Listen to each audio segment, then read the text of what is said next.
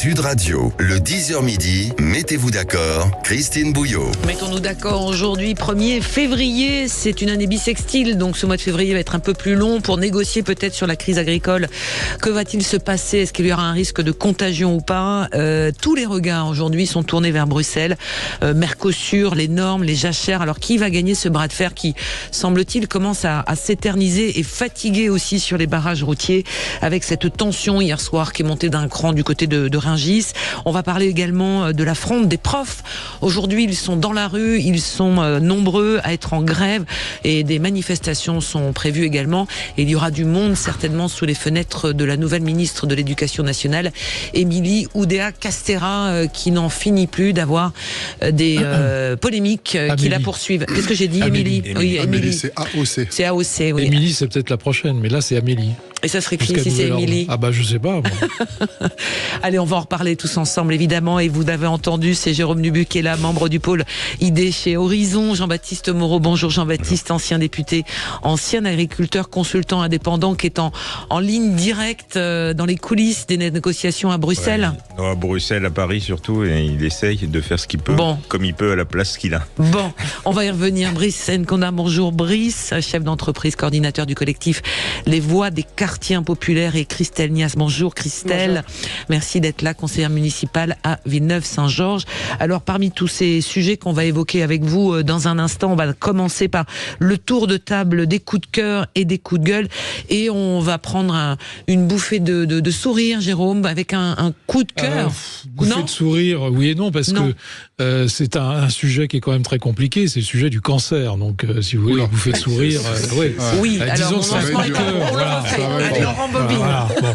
Alors si vous voulez, le coup de cœur, oui, c'est un coup de cœur parce que on a beaucoup critiqué la recherche française pendant le Covid, et effectivement à juste titre, parce qu'on a été assez largement dépassé par la recherche américaine, la recherche anglo-saxonne en règle générale. Bon, Sanofi était un peu en difficulté, il faut bien le dire, à ce moment-là, pour le vaccin.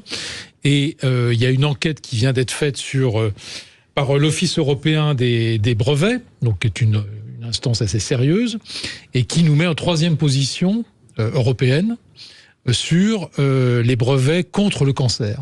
Alors, ils ont pris tout ce qui était sorti entre 2001 et 2021, c'est-à-dire sur 20 ans. 20 ans. Hein, et la France arrive 3e européenne, derrière l'Allemagne, assez largement derrière, et touche à touche avec le Royaume-Uni. Donc c'est plutôt un succès, si vous voulez. Donc, et si on prend la recherche publique, c'est encore mieux. C'est-à-dire que l'INSERM et le CNRS sont extrêmement bien placés dans le classement mondial. L'INSERM est 2e, derrière une instance californienne, qui rafle pas mal de brevets, effectivement, sur ce problème du cancer, de la lutte contre le cancer. Mais l'INSERM 2e et le CNRS 7e, ça veut dire qu'on a 2 représentants français de la sphère publique de la recherche qui sont dans les 10 premières structures mondiales. Bon. Donc, c'est quand même un beau succès. Et moi, je voulais le souligner, même si le sujet est compliqué, le sujet du cancer, parce que notre recherche publique, dont on dit qu'elle a été attaquée, qu'elle a été malmenée, qu'elle a été non pas peu renouvelée en matière d'effectifs, en réalité, notre recherche publique marche bien. Donc elle crée des brevets. Ensuite, c'est l'exploitation du brevet. C'est ce que j'allais vous dire. Parce que beaucoup de chercheurs, comme vous savez, partent aux États-Unis, au Royaume-Uni, même en Allemagne, au Japon. Le Japon est assez performant aussi sur ce sujet-là. Et donc le problème, c'est de les garder.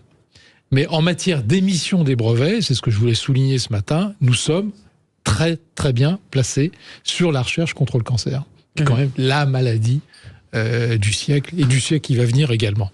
Donc, puisqu'on estime qu'environ 35% des hommes et à peu près 25% des femmes vont être touchées par un cancer dans les 50 années qui viennent. Avec une population qui vieillit et qui reste... Voilà. Donc un coup de cœur sur la recherche française. Bravo, qui veut enchaîner là-dessus. Alors, effectivement, il y a la question de prolonger l'utilisation de ces brevets cette semaine. Et je renvoie donc à cette enquête menée par notre confrère de France 5 dans l'émission mardi soir sur les brevets sur les médicaments et les pénuries de médicaments, et qui me soulevait qu'il y avait un brevet pour soigner un petit garçon, en tout cas une maladie génétique rare, mis au point par l'INSERM et qui était parti, pris par un labo américain qui avait imposé ses tarifs et l'enfant n'a pas pu être soigné. D'où l'importance aujourd'hui d'adopter un cadre européen pour tout ça, parce que effectivement on a des chercheurs de pointe qui sont hyper performants, des instituts de recherche hyper performants, mais le problème c'est que souvent après quand on passe à la phase médicaments et commercialisation, la fabrication par ailleurs et les labos qui finissent par déposer les brevets des médicaments sont souvent étrangers et aujourd'hui, ils se posent des questions sur leur investissement en Europe globalement pour des raisons parce qu'on entend un peu tout et n'importe quoi au niveau règlement européen, parce que cette recherche elle a un coût et à un moment il faut que le labo, c'est triste de parler de ça, mais il faut qu'il puisse rentabiliser ses investissements de recherche. Sinon il y aura plus de recherche demain. Enfin, je veux dire, il faut payer les chercheurs, il faut payer les recherches. Là on parle des brevets qui sont fabriqués par la puissance publique, et qui se retrouvent dans le privé. C'est un vrai souci par contre. Là par contre, on a un vrai souci. On a une certaine naïveté au niveau européen sur ces sujets-là où on se fait déposséder assez régulièrement par effectivement des gros labos internationaux. Donc c'est vrai que Jean-Baptiste a raison. La moitié des brevets sur la recherche contre le cancer, ce sont des brevets américains.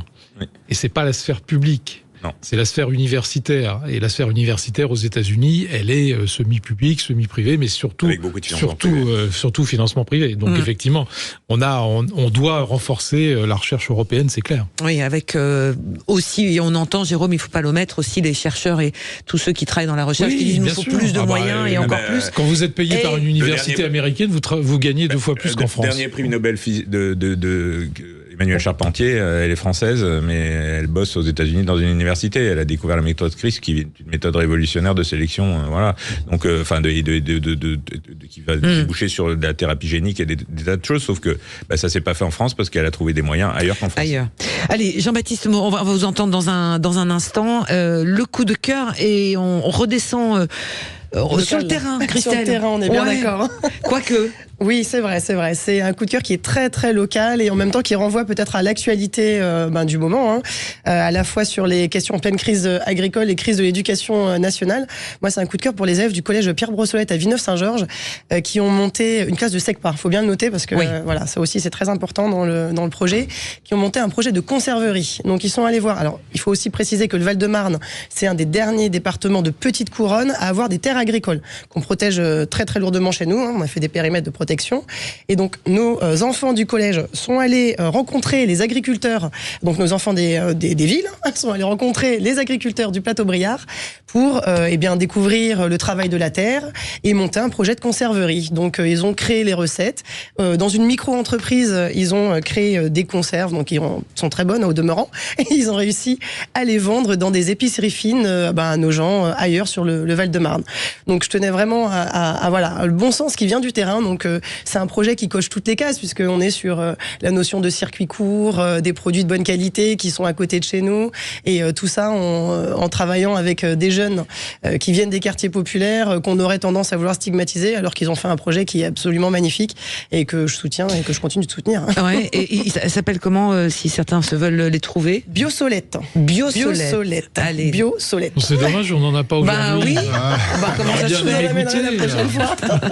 Bravo à eux en tous les cas. On va s'arrêter un court instant. On va continuer avec les coups de cœur et les coups de gueule de nos débatteurs du jour et on ouvrira l'actualité encore très chargée. Aujourd'hui, on va parler des agriculteurs, de la journée de vérité qui se joue à Bruxelles et de la grève des enseignants. À tout de suite.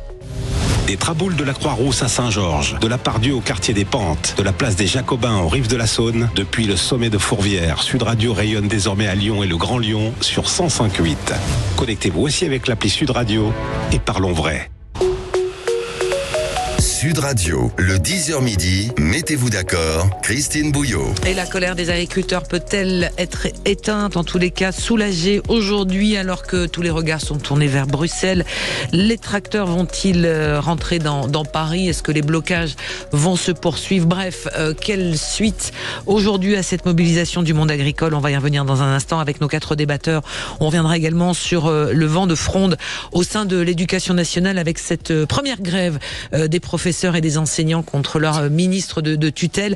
On est avec Christelle Niasme, Brice Nkonda, Jérôme Dubus et Jean-Baptiste Moreau. On faisait le tour de table des coups de cœur et des coups de gueule. Jean-Baptiste, un coup de cœur Oui, sur un coup de cœur le pas très objectif. sauveur de l'agriculture. Un coup de cœur pas très objectif pour le retour discret de mon ami Julien de Normandie. Il sort un bouquin la semaine prochaine avec Éric Orsena. Qui a été ministre de l'Agriculture et qui est très apprécié des agriculteurs. Il est excessivement apprécié des agriculteurs. Il a été un très bon ministre de l'Agriculture, mais il est bien plus que ça. Et j'espère que les Français, dans les mois et semaines et années qui viennent, vont apprendre à le découvrir. Et il sort un bouquin avec Éric Orsena sur nourrir le monde, et sur la mondialisation et comment on peut concilier une mondialisation, le respect de l'environnement et surtout comment on peut réconcilier agriculture et environnement et écologie. Donc voilà, il est toujours là, hein, il est pas loin, il est en coulisses. Moi, je l'ai très régulièrement au téléphone et il a des idées, il a des choses à faire valoir et je pense que c'est important que sa voix soit entendue et qu'il se fasse entendre. Alors, le premier responsable du fait qu'il n'est pas entendu, c'est lui, hein, parce qu'il a choisi de repartir dans le privé et de repartir sur des défis plus personnels. Mais je suis sûr qu'il va revenir très prochainement et je sais aussi que, comme moi, il essaye de trouver des solutions actuellement à la crise agricole et des solutions pérennes, pas juste des rafistolages ou des pansements sur des jambes de bois. Donc voilà, je sais qu'il est aussi en contact et très étroit avec l'exécutif. Et voilà, va-t-il revenir en politique? On va laisser Jean-Jacques Bourdin s'occuper de l'interview de Julien de Normandie dans une dizaine de jours sur Sud Radio pour nous dire ce qu'il compte faire. Je suis sûr qu'il va revenir en politique dans un délai plus ou moins bref. Je sais pas, c'est à lui de le choisir. Alors mais là, vous en avez trop dit ou pas assez, Jean-Baptiste? Non. Vous avez quelque chose à nous annoncer? Il n'y a rien d'officiel encore. De liste, non? Je sais pas, on verra. C'est à lui d'en décider de toute façon. Quand on sort un livre, c'est qu'on a des choses à dire et quand on a des choses à dire, c'est qu'on veut défendre. Il a peut-être pas des choses à dire dans un cadre électoral dans un premier temps, mais il a des choses à dire globalement, oui, et pas que sur l'agriculture. D'accord. Écoutez, on va suivre ça, Jean-Baptiste, et je vous donne rendez-vous dans 10 jours aussi pour écouter son interview ici sur Sud Radio, sur le plateau avec Jean-Jacques Bourdin. Brice, un petit coup de gueule. Oui, un petit coup de gueule. Je voulais revenir sur Gabriel Attal et son discours de politique générale parce que je trouve que globalement la séquence communication de l'exécutif était plutôt bonne depuis la fin de l'année dernière avec la nomination du gouvernement. Donc il y a eu l'effet Attal, l'effet Dati, etc. On a abouti à ce discours de politique générale qui, sur le plan de la communication, s'est mentionné très bien. En revanche, ma crainte, donc il y a plusieurs choses dans ce discours. On voit qu'il y a le braquet qui est mis à droite. Donc il y a un certain nombre de mesures que UMP de l'époque ou RPR n'aurait rien à redire dessus. Mais au-delà de ça, j'ai plusieurs sujets. C'est qu'on a affaire à un premier ministre qui communique très bien, mais on voit que l'application derrière, ça peine à suivre. Il est passé à l'éducation nationale. Alors certes, il n'a pas eu énormément de temps, mais il avait annoncé un prof devant chaque élève. On voit que là, il y a les manifestations qui... Alors c'est la deuxième manifestation aujourd'hui parce qu'il y en a une autre au mois de janvier. Exactement. Il y a un sujet aussi qui est lié pour moi au fait que dans toutes les mesures qui ont été présentées lors du discours de politique générale, on a l'impression finalement qu'on a quasi un nouveau programme présidentiel. Donc il y a des choses qui ont été inscrites dans le programme présidentiel. D'ailleurs, une campagne présidentielle qui a duré très peu de temps parce que entre le moment où Emmanuel Macron s'est déclaré et le premier tour, il s'est passé peut-être 1 mois et demi, 2 mois. Il n'y a pas eu énormément de temps. Donc l'intégration, l'imprégnation du programme présidentiel au sein de la population a été faible. Et là, effectivement, on a tout un panel de mesures qui arrivent, qui sont bonnes sur certaines, sur d'autres, on attend de voir. Mais en tout cas, il y a une difficulté de passer de la parole à l'application.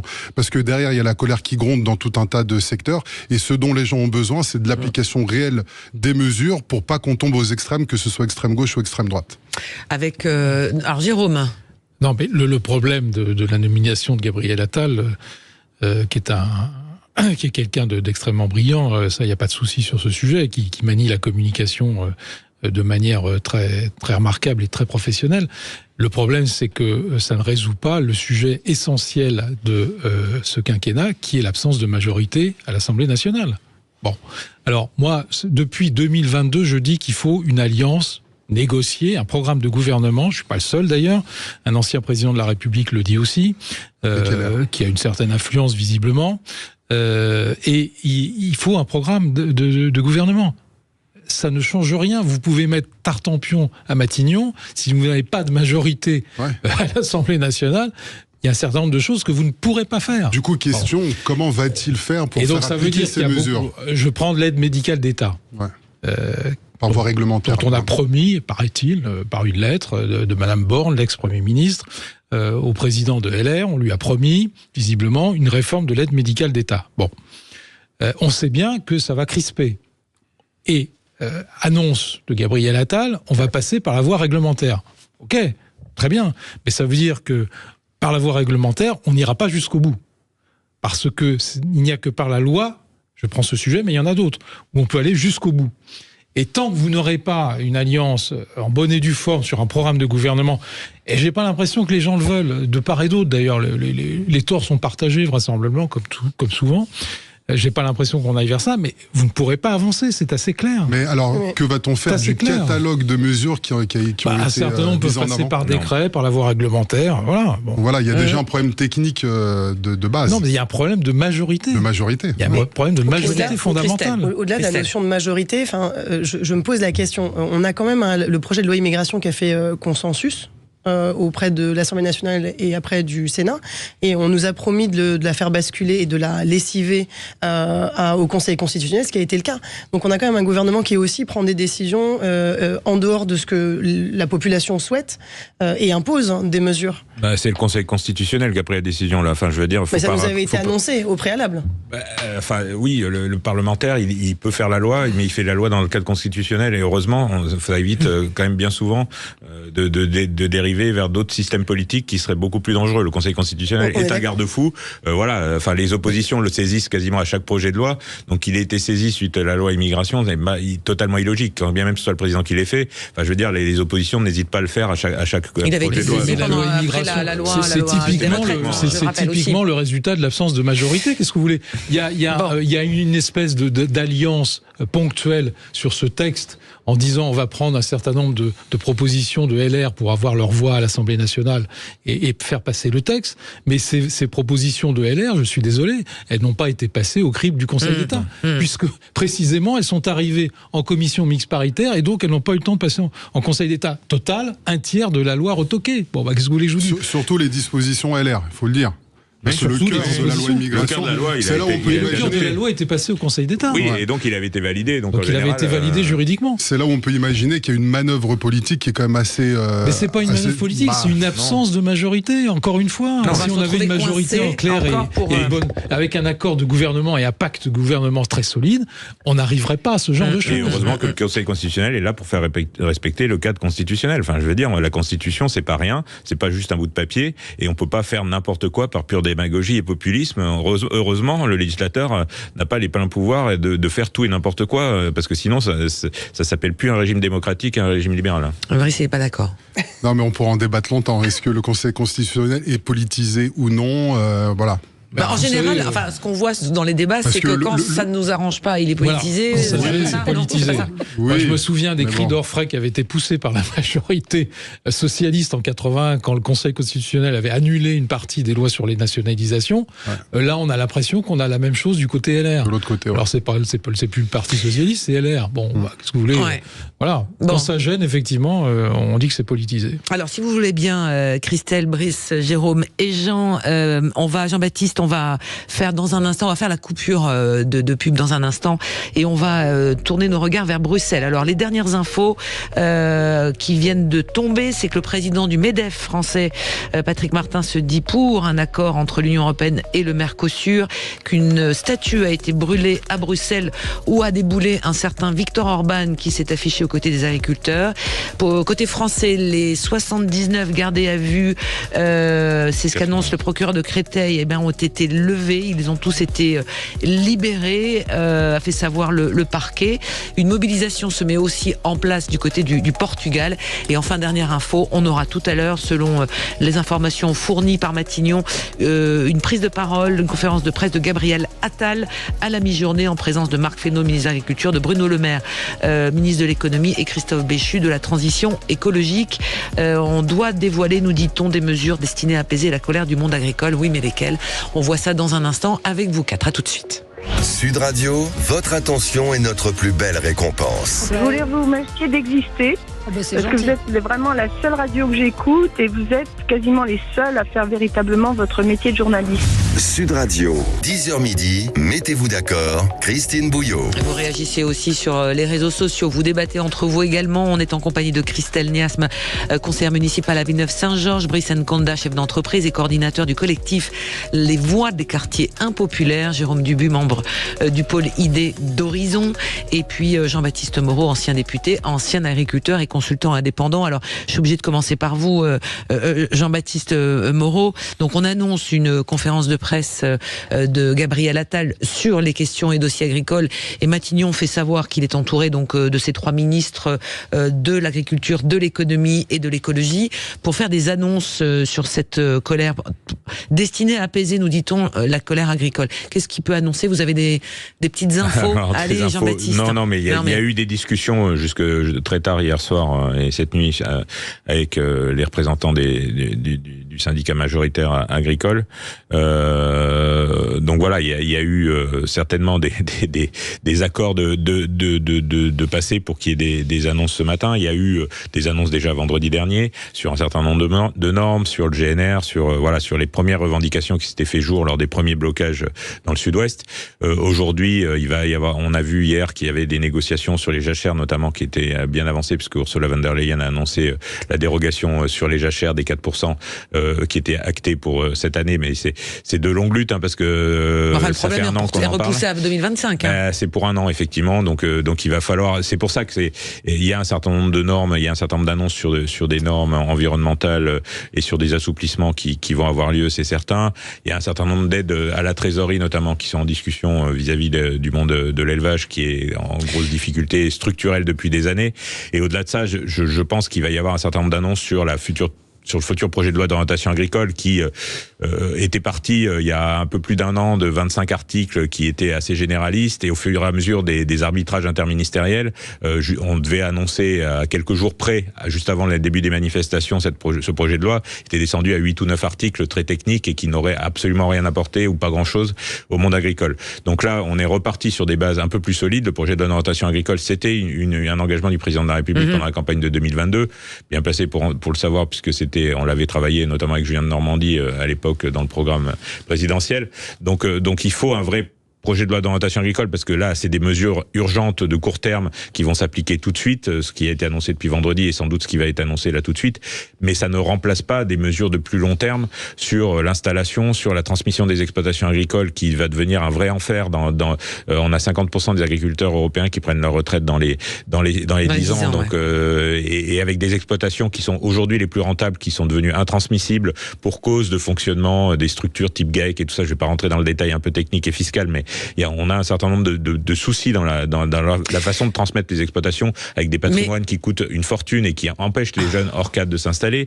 Il y a un certain nombre de choses qui doivent être annoncées sur aussi le Green Deal, sur le Green Deal et Farm to Fork. Il faut qu'il y ait des aménagements, il faut qu'il y ait une tenue compte des événements qui se place en ce moment, avec une souveraineté alimentaire européenne qui n'est plus du tout assurée, avec un contexte géopolitique qui est de plus en plus instable, avec un réchauffement climatique qui va empêcher un grand nombre de pays de nourrir sa population. Il faut qu'aujourd'hui, l'Europe, elle peut pas dire nous, on va vivre en autarcie et basta, on n'importe plus, on n'exporte plus, c'est terminé. Ça, c'est juste pas possible. Mais il faut trouver une voie dans cette mondialisation pour trouver une rentabilité pour nos exploitations de taille familiale qui sont une anomalie mondiale, parce que aujourd'hui, la plupart des exploitations agricoles dans le monde, c'est des ultra-naines, nos exploitations agricoles, et c'est une fierté, c'est pas un handicap, mais si on fait que de la compétitivité coût, on est mort. Enfin, je veux dire, une ferme de 1000 vaches, aujourd'hui, ça fait tout un scandale en France. Il faut aller voir juste au Brésil comment ça se passe. Voilà.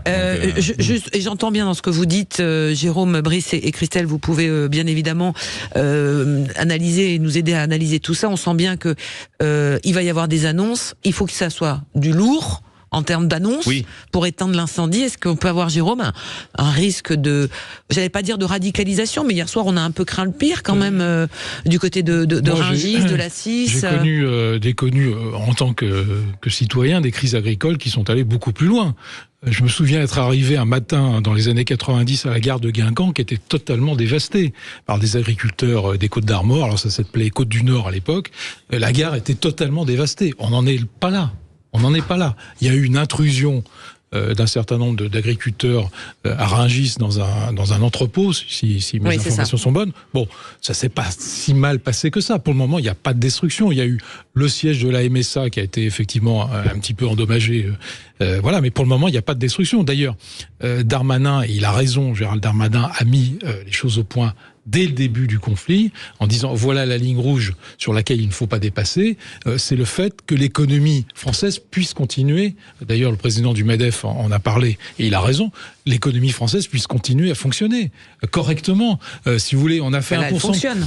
Oui, enfin, on a fait 1% de croissance. Attendez, on a fait 1% de croissance en 2023. Le chiffre vient de tomber. Oui. Moins d'1% de croissance, c'est-à-dire rien. En matière de croissance, 1% c'est rien. Bon, on nous annonce 1% en 2024, c'est-à-dire à nouveau rien. Donc il y a un problème de croissance.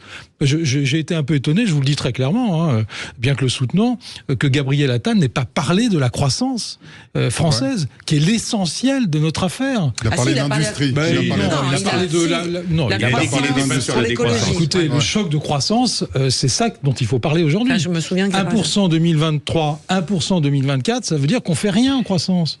Et ça veut dire que le chômage va remonter, ça veut dire que le pouvoir d'achat, on va pas pouvoir actionner non plus l'augmentation des salaires comme on le veut. Mais les bref, ça a des conséquences sur toute l'économie. Ont été vues à la baisse pour la France, mais pour toute la zone euro. D'accord, mais enfin les États-Unis sont à 4. Voilà. Bon. Donc si vous voulez, entre 4 et 1, il y a une grosse différence. Brice. Ouais. Donc moi, contrairement à notre collègue, je suis pas un spécialiste du monde agricole, mais politiquement, je pense que les agriculteurs ont raison de pousser le bouchon jusqu'au bout. Parce que justement, il y a souvent des effets d'annonce, il y a des choses qui sont tenues. Déjà, petit 1, s'ils n'avaient pas bougé, il se serait rien passé. C'est petit 1. Petit 2, en peu de temps, ils ont obtenu déjà pas mal de choses. Il y a des avancées concrètes que vous avez évoquées. Et petit 3, on apprend maintenant que l'accord avec le Mercosur, il est quand même sur le point d'être signé. Et dans cet accord, je suis pas sûr, mais il n'y a pas que la dimension agricole dedans. Il y a la dimension industrielle. C'est là où les choses sont plus compliquées. Et quand on a affaire à des marchés où la main-d'œuvre est pas au même coût, on n'est pas sur le même dimensionnement, il y a tout un tas de choses qui rentrent en ligne de compte, ce qui fait qu'il y a des lobbies, il y a des pressions qui vont s'exercer sur cet accord, qui ne vont pas forcément être en ligne avec ce que demandent les agriculteurs. Donc moi, ce que je pense, c'est que petit 1, c'est plutôt calme. Effectivement, il y a une Rungis a été occupée par quelques agriculteurs, mais c'est pas bien méchant. Ça méritait une garde à vue ? Elle a été rapide. Bon, je sais pas si ça mérite une garde à vue. En tout cas, on n'a pas affaire à des dangereux criminels non plus. Donc, il faut rester un peu tranquille là-dessus. Maintenant, moi, je pense que il faut justement que les agriculteurs, ils ont une fenêtre de tir. Il faut qu'ils aillent jusqu'au bout pour obtenir ce dont on a besoin pour notre agriculture française, qui effectivement est confrontée à tout un tas de normes, à la concurrence déloyale, et qu'à un moment donné, ça, il faut pouvoir le préserver. Donc, effectivement, il y a un jeu d'équilibre qui est très difficile à obtenir au niveau européen. Il y a des choses comme la jachère de 4% qui sont repoussées. Mais pourquoi le repousser ? Il faut l'annuler. C'est-à-dire qu'à un moment donné, on repousse ça plus tard. Et quand la crise qu'on connaît actuellement va être terminée, tout le monde va oublier. Et par contre, les agriculteurs vont continuer à être dans les difficultés. Donc c'est là où il faut être vigilant sur les mesures de long terme. Et là, aujourd'hui, il y a une fenêtre de tir. Il faut qu'ils aillent jusqu'au bout. Sans violence, sans tout ça, effectivement. Mais il faut qu'ils aillent jusqu'au bout. Est-ce qu'on peut craindre une radicalisation ou une contagion ? Christelle. Radicalisation. Enfin, je sais pas si on arrive à se faire. Enfin, le débat date, comme vous le disiez, depuis les années 90. Donc, ça fait encore depuis 20 ans qu'on est encore sur le même sujet. On parlait déjà il y a 20 ans des difficultés pour nos agriculteurs de vivre dignement de leur métier. Je vois sur le territoire du Val-de-Marne, on en arrive à faire effectivement des périmètres de protection de nos terres agricoles parce que sans cesse, elles sont grignotées, soit pour mettre une prison à Noiseau, ce qui est proprement scandaleux, soit parce qu'il faut répondre à des obligations de construire du logement. Effectivement, c'était très bien souligné par Jean-Baptiste sur la difficulté de transmission. Nous, on a des territoires, des zones, des exploitations qui ne trouvent pas en fait de successeurs sur notre territoire Val-de-Marne. Je le rappelle, dernier département de petite couronne à avoir des terres agricoles. Enfin, je veux dire, ça reste une exception quand même assez importante. Si on veut être sur la question des circuits courts, continuer à lutter contre les questions de décarbonation, favoriser le travail de nos agriculteurs, maintenir des terres agricoles en petite couronne et proche de Paris, ça reste quelque chose de très important. Alors pourquoi aujourd'hui on continue à être dans un débat qui est depuis plus de 20 ans le même et c'est très triste en réalité parce que c'est Voilà, donc il faut aller dans... On va juste s'arrêter du côté des agriculteurs. Ouais, voilà, le débat, c'est le débat, allons-y, quoi. On va y revenir. Pourquoi ce débat-là, en tous les cas, ces questions, ce dossier-là n'a pas été finalement purgé bien avant, et on en est dans cette situation-là. Qu'est-ce qui s'est passé? On peut y revenir dans un instant sur Sud Radio. À tout de suite. Sud Radio, le 10h midi, mettez-vous d'accord, Christine Bouillot. Sud Radio, le 10h midi, mettez-vous d'accord, Christine Bouillot. En compagnie de Christelle Niasme, Brice Nkanda, Jérôme Dubu et Jean-Baptiste Moreau. Alors, Jean-Baptiste, on voulait justement revenir sur les sujets aujourd'hui. Moi, la rémunération des agriculteurs et la juste rémunération des agriculteurs, c'est la raison de mon engagement politique derrière Emmanuel Macron en 2017. C'est pour ça que j'ai été rapporteur de la loi Egalim, que j'ai participé à l'écriture du discours de Rungis avec le président de la République sur justement un retour à la juste rémunération et à la transparence des marges et à une juste répartition des marges au sein des filières agroalimentaires qui n'étaient pas justes jusqu'à là. 6 ans après le vote de cette loi, force est de constater que ça va pas assez loin et que surtout elle est partiellement ou très imparfaitement appliquée globalement sur le terrain. La loi Egalim. Mais oui, d'abord la contractualisation entre l'agriculteur et son premier acheteur, elle est relativement faible. Par exemple, dans le secteur viande bovine, on doit être autour de 25%, alors qu'il faudrait plus être autour de 80 ou 90%. Donc il y a des choses qui doivent être, les agriculteurs doivent être accompagnés parce qu'il faut que ce prix des matières premières agricoles soit sacralisé. C'est l'objectif de la loi Egalim. C'est inscrit en toute lettre dans la loi Egalim. Comme est inscrit en toute lettre, c'est moi qui l'ai écrit, l'article 44, qui interdit à la circulation en Europe des produits qui ne respectent pas le socle minimum des normes européennes. Mais qui contrôle? C'est écrit dans la loi. Personne. Et surtout, on n'a pas mis les moyens derrière, au niveau européen, d'avoir une vraie DGCCRF européen qui contrôle pas seulement ce qui arrive au port du Havre ou au port de Rotterdam, parce que là, vous avez un certain nombre de molécules qui sont utilisées dans la production, que ce soit des céréales ou des modes d'alimentation des animaux qui sont pas vérifiables dans le produit fini. Il faut aller contrôler sur place, au Brésil et autres. Moi, sur le Mercosur, c'est très clair. La signature de l'accord du Mercosur, c'est la fin de l'élevage français et européen. La fin. C'est terminé. Donc, en 6 mois, il disparaît. Mais parce que c'est des milliers de tonnes de viande qui va débarquer avec des prix défiant toute concurrence, parce que hormonés, parce que, parce que utilisant des méthodes d'élevage qui sont complètement différentes. Et voilà. Et moi, l'accord Mercosur, si vous voulez, lorsque Phil Hogan, à l'époque commissaire européen à l'agriculture, avait sorti ça en 2019, je crois, de mémoire, ou 2018, je sais plus, qu'ils étaient proches de signer un accord. Moi, j'avais fait une matinale d'une grande radio nationale, alors que le président avait dit que ça pouvait être un bon accord. J'avais dit, je m'étais opposé frontalement en disant l'accord du Mercosur, à partir du moment où il a le paramètre agricole dans son périmètre, c'est un mauvais accord. Donc l'agriculture sert de monnaie d'échange pour d'autres secteurs. Mais alors c'est pas tout le temps vrai, parce que j'entends les attaques impermanentes sur l'ensemble des traités internationaux. C'est pas forcément toujours vrai. Il y a certains traités qui peuvent être bons. On peut mettre des clauses miroirs, parce que ce qu'il faut savoir, c'est que c'est pas parce qu'il n'y a pas de traité qu'il n'y a pas d'échange. Enfin, je veux dire, aujourd'hui le Mercosur est pas signé, pourtant il y a de la viande brésilienne qui arrive. Elle arrive certes à des droits de douane plus élevés, mais les accords de l'OMC, l'Uruguay-Ronde, on va pas revenir au passé, mais aujourd'hui, ils s'appliquent quoi qu'il arrive. Les échanges, sont là quand même. Qu'il y ait du traité ou pas des traités, ils ont des échanges. Sauf qu'on n'impose aucune norme sur ces échanges, qu'il y ait un traité ou pas de traité. Le problème, c'est pas les traités en tant que tels. Les traités, ça peut être bon, ça peut être mauvais. On peut mettre effectivement des clauses miroirs qui permettent justement de mettre un certain nombre de normes à l'importation. Encore faut-il les contrôler et avoir les moyens de les contrôler. Mais de toute façon, les échanges, ils auront lieu. Mais donc, soit on arrête de surnormer notre agriculture par rapport aux agricultures mondiales et on accepte de rentrer dans le modèle agricole mondialisé, c'est-à-dire des fermes de 10 000 hectares. Sur mon département, c'est une seule ferme. Soit on veut préserver nos fermes familiales, la qualité de notre alimentation, la qualité de la production, essayer de tenir compte de l'environnement. Et à ce moment-là, il faut du protectionnisme. Alors pas bête et méchant, mais du protectionnisme et protéger nos normes. Le mot est lâché quand même. Oui, il faut du protectionnisme. Question, est-ce que tous les continents le font, les États-Unis se protègent aussi. Mais là aujourd'hui, il y a 17 ou 18 pays européens où le monde agricole se réveille. En tous les cas, il y a des manifestations. C'est massif. Dans près d'une vingtaine de pays de l'Union européenne. Est-ce que le risque de contagion, Jérôme, est réel? Écoutez, le risque de contagion en France, il est réel. Moi, je vois ce qui se passe dans le secteur du bâtiment, qui est déjà très frappé par une crise du logement sur lequel peu de gens parlaient finalement, alors que le chiffre vient de tomber, on est à 287 000 logements produits, il en faudrait 440 000. excusez du peu, c'est le pire résultat depuis 15 ans. Bon, alors, les gens du bâtiment se disent, mais les agriculteurs ont obtenu effectivement qu'on revienne sur l'augmentation de leur prix du gasoil non routier, pourquoi pas nous? Parce que nous, on va être frappés, les transporteurs routiers vont être frappés. Alors les transporteurs routiers, c'est le bon exemple du libre-échange et du massacre de la filière des transporteurs routiers. Qui ont dû, depuis une quinzaine d'années, une vingtaine d'années, à faire face à la concurrence, notamment des pays de l'Est, qui sont rentrés dans l'Union européenne, la Pologne. Aujourd'hui, les transporteurs routiers, vous n'avez plus de petits transporteurs routiers. Ça rejoint le problème de l'agriculture. Et pourtant, tout ça, on l'a vécu déjà. On l'a vécu. Et puis dans l'industrie. Dans les années 60, il y avait 7 millions d'agriculteurs. Aujourd'hui, il y en a 400 000. Est-ce qu'on va continuer comme ça? C'est un vrai problème de société. C'est un choix politique. C'est un choix politique. C'est même plus un choix de société. Ça dépasse les problèmes techniques dont on vient de parler. Et ça veut dire quoi que le poids politique de la France en Europe Non, ça veut dire est-ce qu'on défend mordicus, notre modèle? Jean-François l'a dit bien mieux que moi. Notre modèle actuel, qui est un modèle atypique effectivement, puisque on n'a pas une concentration phénoménale, bien qu'elle ait été, j'ai rappelé le chiffre, bien qu'elle ait été quand même augmentée largement.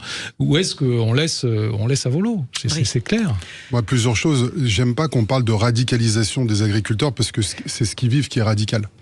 Et donc, en fait, simplement, ils essayent de réagir à une situation vécue. Par rapport au fait de la propagation éventuelle et d'une convergence, je pense qu'aujourd'hui, c'est essentiellement sur la filière agricole. Mais attention, la filière agricole, c'est ce qui nous nourrit. Donc, on est quand même sur des besoins primaires. Donc, tout le monde est concerné par ça, déjà, de par la nature même de l'activité. Le deuxième point, c'est que au-delà de la situation des agriculteurs, c'est la situation de pouvoir bien vivre correctement, être respecté. Quand on voit les salaires dans la filière agricole, on tombe des nues. Donc, ça, c'est quelque chose qui est valable dans plein de secteurs. Il y a des revendications en termes de salaire dans plein de secteurs. Donc effectivement, à un moment donné, si la chose s'enlise, si le conflit s'enlise, on peut avoir une forme, pas de convergence des luttes, c'est pas le terme que je souhaite employer, mais en tout cas, à un moment donné, des gens qui se disent on a des problèmes, on vit plus correctement. Et d'ailleurs, je pense que Gabriel Attal l'a très bien compris dans son discours de politique générale, vu qu'il parle des classes moyennes. Mais le problème, c'est qu'en même temps qu'on parle des classes moyennes, on va augmenter le prix de l'électricité, etc. Donc en fait, les gens sont pris dans des formes d'injonctions contradictoires. Et d'un côté, les problèmes sont bien listés, identifiés depuis longtemps.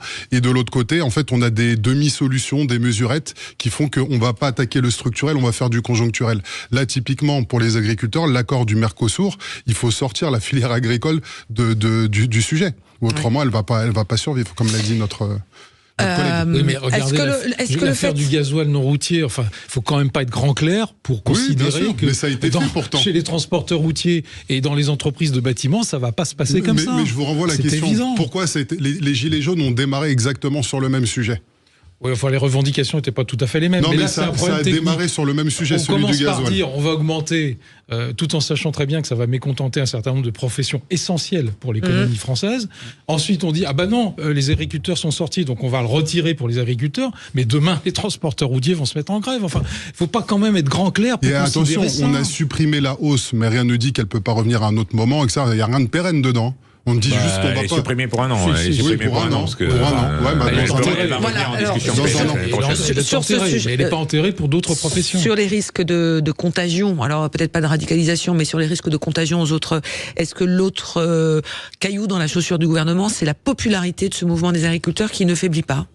Il faiblit pas, effectivement, mais il y a un risque de grosse colère si les réponses apportées sont pas concrètes et rapidement. Enfin, je veux dire, sur le terrain, il faut entendre un peu les discours sur les barrages. Il y a certains sont prêts à aller jusqu'au bout. Oui. Ils n'ont plus rien à perdre. Donc on peut assister à des phénomènes de violence assez durs et assez extrêmes. Hein. C'est pas totalement impossible. Pour le moment, le syndicalisme majoritaire et l'ensemble des syndicats, enfin quel qu'il soit d'ailleurs, même la coordination rurale tient globalement les troupes parce que ce qu'on a vu à Rungis, voilà, c'est pas des super images, mais c'est pas catastrophique non plus. Non, c'est pas un envahissement, c'est pas l'arc de triomphe. Ils n'ont pas saccagé quoi que ce soit.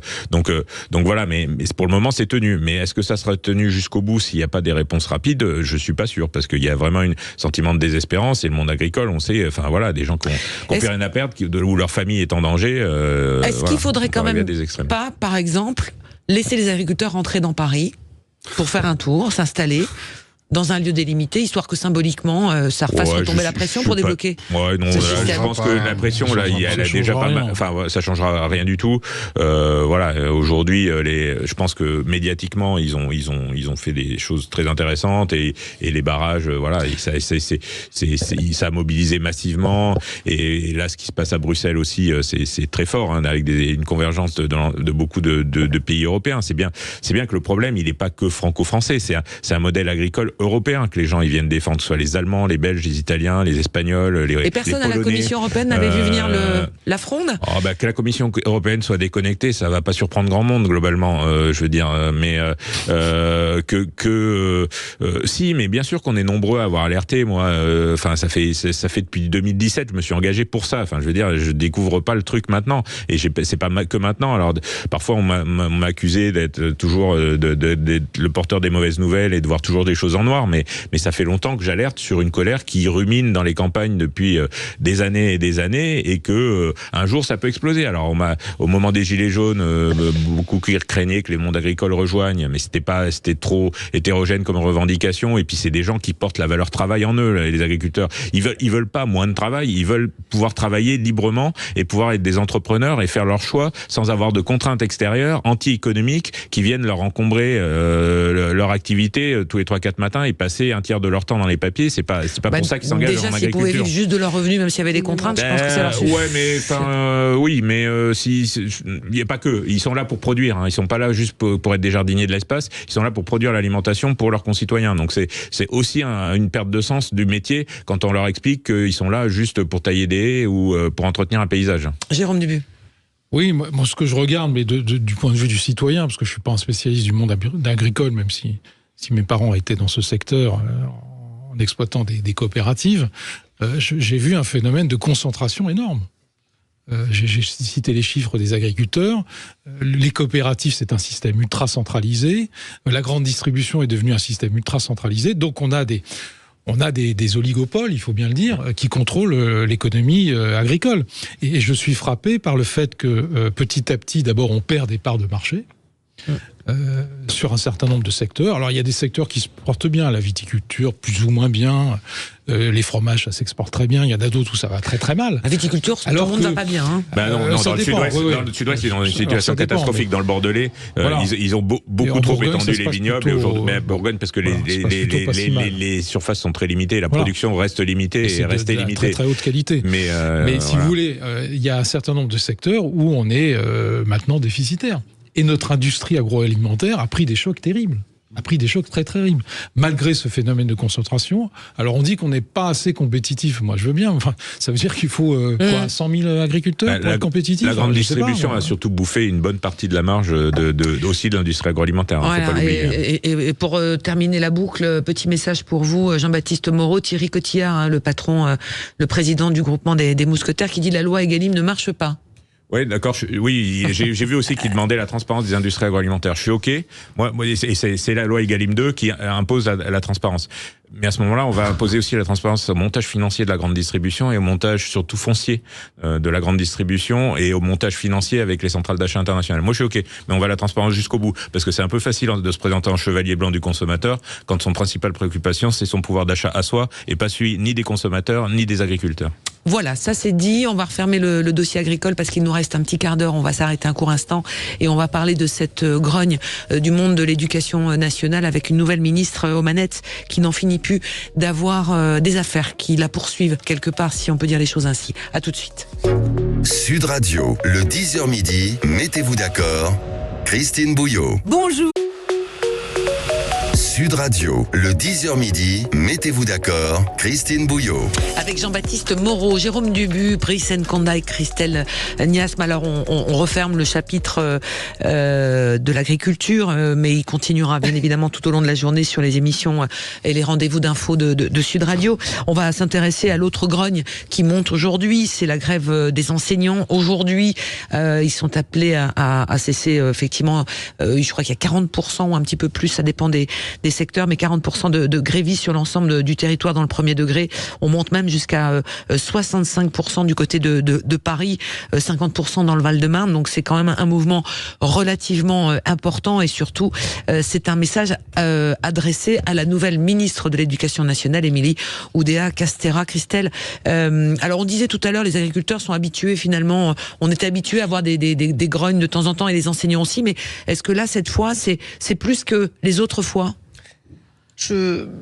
On a habitué à notre rendez-vous annuel de la grogne, on va dire, des professeurs. Cela dit, ça a plus peut-être d'écho cette fois, avec effectivement j'avais bien aimé le terme qui avait été employé, le Oudéa Gate, pour dire effectivement toute cette succession d'annonces et un petit peu de bourde qui avait été faite par la nouvelle ministre. Il y a deux choses, moi, qui m'avaient marqué. C'était notamment, là, ils disent qu'ils ont un ministre, je crois, à mi-temps, c'est ça, parce qu'elle a en même temps le sport et en même temps l'éducation nationale. Ça dit quand même un petit peu le sens des priorités. Et les JO, voilà, qui est quand même un sacré sujet.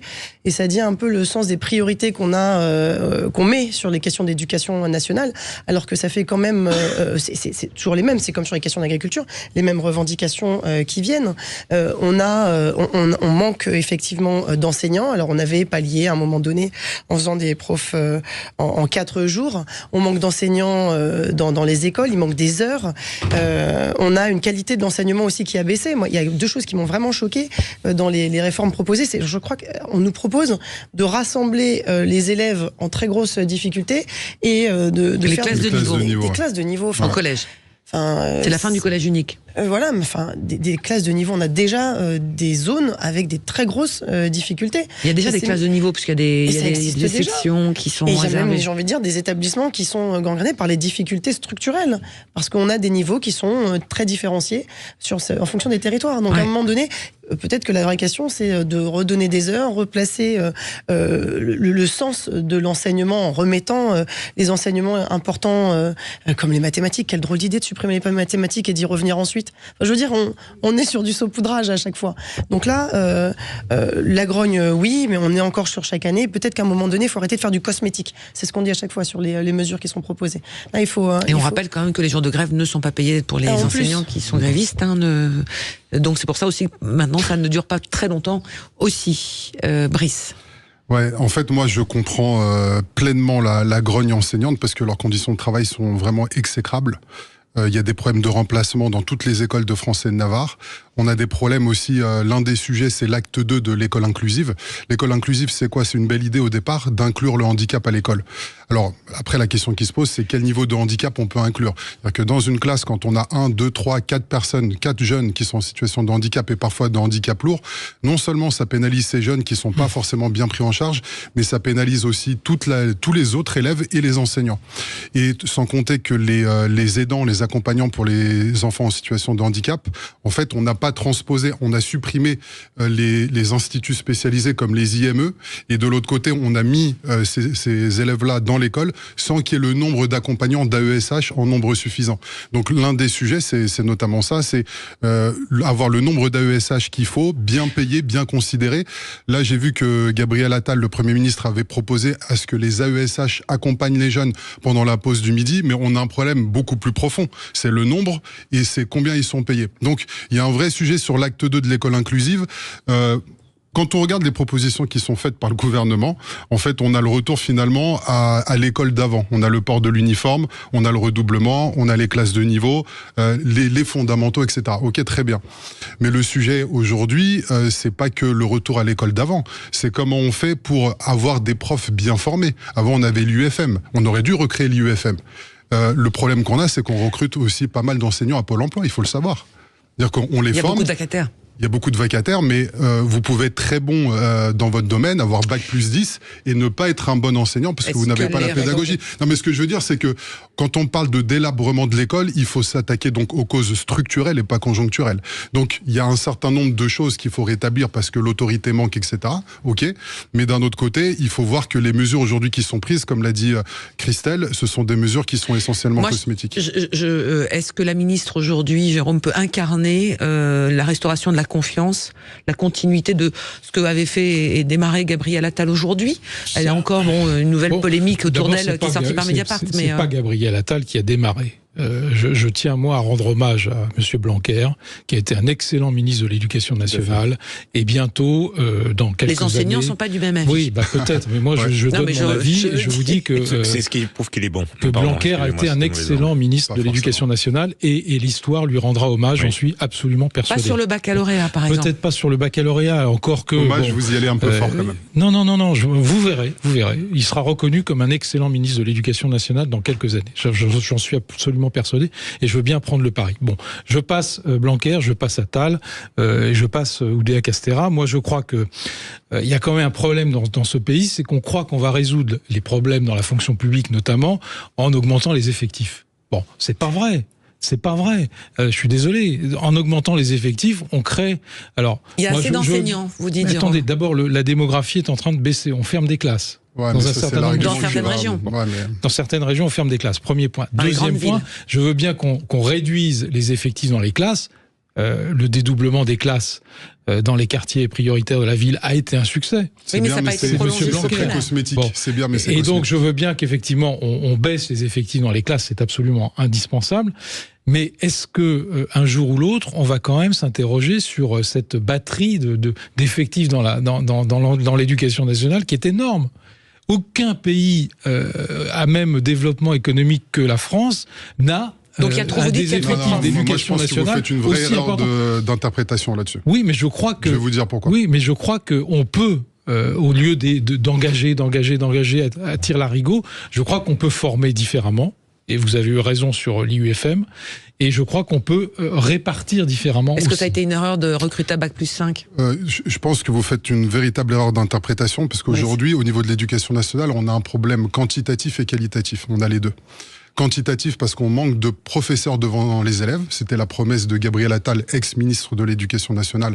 On a un vrai problème. Donc quantitatif et qualitatif, j'en ai parlé, de formation. Donc effectivement, il y a ce sujet de dire on regarde la démographie, effectivement, on aura besoin de moins de professeurs, etc. Mais attention, quand on parle de réduire les effectifs dans l'éducation nationale, c'est pas du côté des premières lignes, des enseignants. C'est peut-être dans les filières administratives, de contrôle, etc. Là, oui, peut-être il y a des choses à faire. Encore que, j'en suis pas convaincu.